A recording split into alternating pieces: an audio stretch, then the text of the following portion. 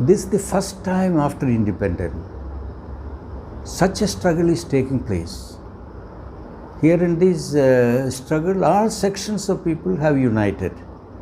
Of course, the main demands are the peasant demands, but not only the peasants, the workers, the students, the youth, the Adivasis, the scheduled caste, and all sections of people have united on this.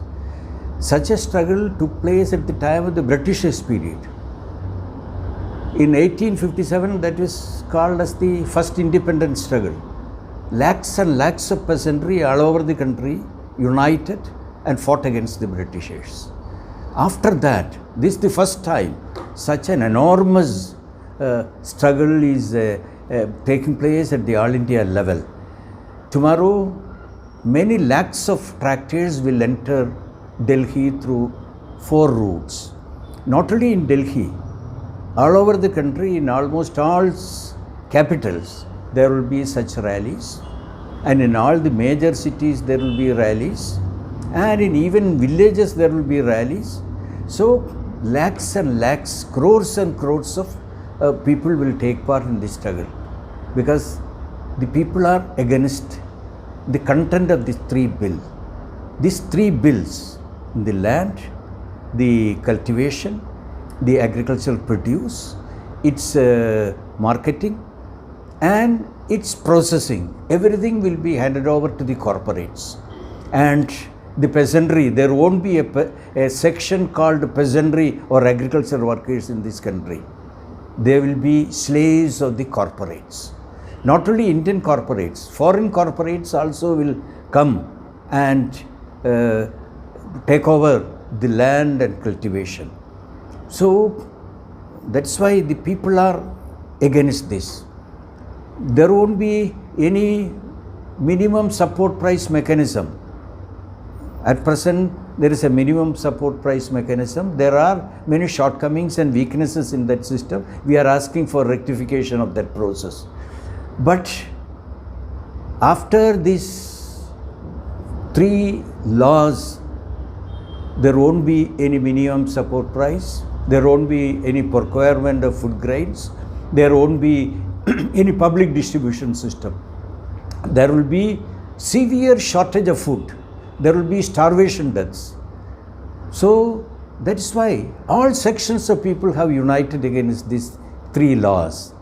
The manner in which this was passed also completely violating all democratic principles, because we all know that the overall powers of the governments are divided into 3 schedules, one state to central government, by the other concurrent list, both state and central together. Now the bill covers the state powers and the powers given to the concurrent list. So this is unconstitutional, usurping the powers of the state government against the federal principles. So, and the manner in which this was passed, this was not thoroughly discussed in Parliament, and the Parliament members asked for taking an vote on this. The government refused to take vote. This is against the provisions of the Constitution, because the government is very keen to hand over everything to the corporates. Not only the agriculture sector, they have handed over all the public sector undertakings to the corporates. They have handed over all our natural resources to the corporates. They have handed over education and health facilities to the corporates. So everything that they are handing over to the corporates. This is a government of the communalist and corporates, united front. And they are violating all democratic principles. So that's why the people have united together to fight against these policies. This is a life and death struggle, not only for the peasantry in this country, but all toiling sections in this country. That's why all united in this struggle. 2 general strike took place during this period. One on 26th November and another on 8th December.